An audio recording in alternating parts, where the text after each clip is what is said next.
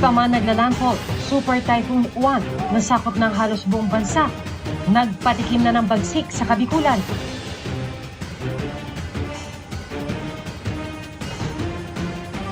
Tulay ng PNR sa Ginubatan Albay. Tumagilid.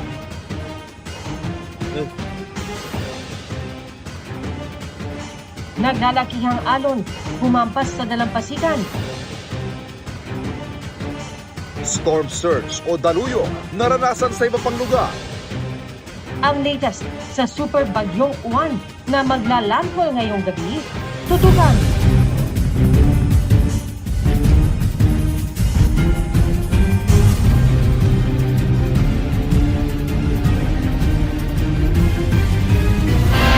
Buong pa rin nakatutok ang GMA Integrated News sa iba't ibang bahagi ng bansa para alamin ang sitwasyon sa mga lugar na ginagupit ng Super Bagyong Uwan.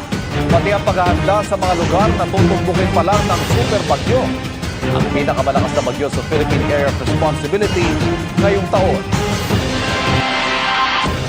Mga kapuso, ang inyo pong nakikita ay ang satellite image ng Super Typhoon Uwan na sakop na ang halos buong bansa.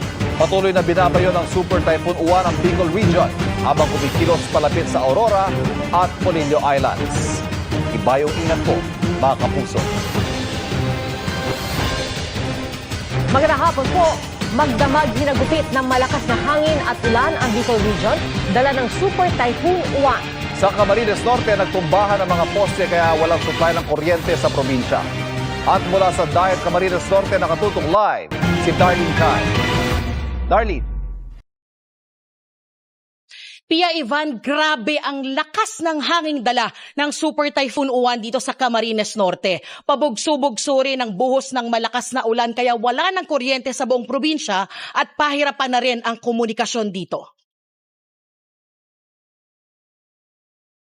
Ganito kalakas ang hanging dala ng Super Typhoon Uwan sa Daet, Camarines Norte. Buong araw binayo ng malabuhawing hangin ang buong probinsya. May storm surge warning o banta ng daluyong dito. Sa sobrang lakas ng alon, humampas at umawas na yan sa isang bahagi ng seawall. Sa gitna ng bagyo, may mga residenteng pumunta sa dalampasigan para tignan ang lagay ng dagat. Ay, yung dagat, ma'am. Tingin namin kung baka kung maglakas pa ang masyado ay likas na. May mga residente pa rin kasing hindi lumikas kahit nagpatupad na ng sapilitan o forced evacuation sa Daet kahapon. Tulad dito sa Barangay Bagasbas kung saan umaga pa lang lubog na sa hanggang binting baha ang mga bahay. Matyaga rin nag-ikot ang mga kauli ng barangay para kumustahin ang nanatili sa kanilang bahay. Robing po, galing po akong barangay hall. Pinapunta ko dito ni Kap at tingnan yung mga kasama namin dito. Bakit ayaw nyo pa pong lumikas? Yung iba naman na mga maliit na bata, nakalikas na sa kabilang bahay. Dito lang po kami nagbabantay at yung mga gamit. Sunod-sunod na pinatumba ng malakas na hangin ang mga poste ng kuryente. Umaga pa lang, wala ng kuryente sa Camarines Norte. Natumba rin itong poste ng ilaw. Sa lakas ng hangin, nagliparan ang mga kable at lumaylay din ang mga kawad. Pahirapan tuloy ang pagdaan sa Bagasbas Road. Pero may mga sasakyang nangahas at nakipagpatintero sa mga kable. Agad ding nag-ikot ang mga kauli ng Canelco o Camarines Norte Electric Cooperative Incorporated para putulin ang mga lumaylay na kable. Ilang puno at halaman ang natumba. Nagliparan ang ilang yero. Pinulot ang isa ng nagmalasakit na residente. Papunta po kami dun sa bahay nila. Nag-check lang po kami dun sa bahay nila. Tapos nakita lang po namin to dito sa daan. Baka po hanginin, may mga aksidente. Sa gitna ng pagbagyo ng Bagyong Uwan, lumikas ang lalaking ito kasama ang isang bata papunta sa evacuation center ng Barangay Kalasgasan. May mga senior citizen na mag-isang lumikas sa evacuation center. Nagpaiwan daw ang kanilang mga kaanak para magbantay ng kanilang bahay. Kakahagas at baka magbaha. Malakas sana man po ay magtigil man na ito.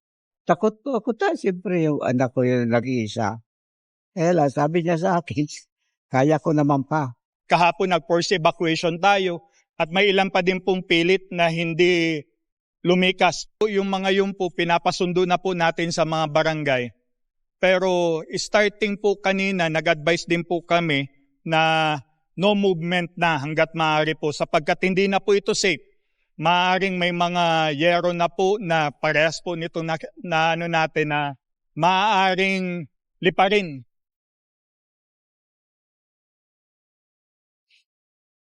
Ivan, wala pang naitatalang casualty o nawawala rito pero ayon mismo sa PDRRMO ay posibleng maraming iba't ibang klase ng reports ang hindi pa nakakarating sa kanila dahil nga bagsak ang cell signal dito. Yan ang latest mula rito sa Daet, Camarines Norte. Balik sa iyo, Ivan.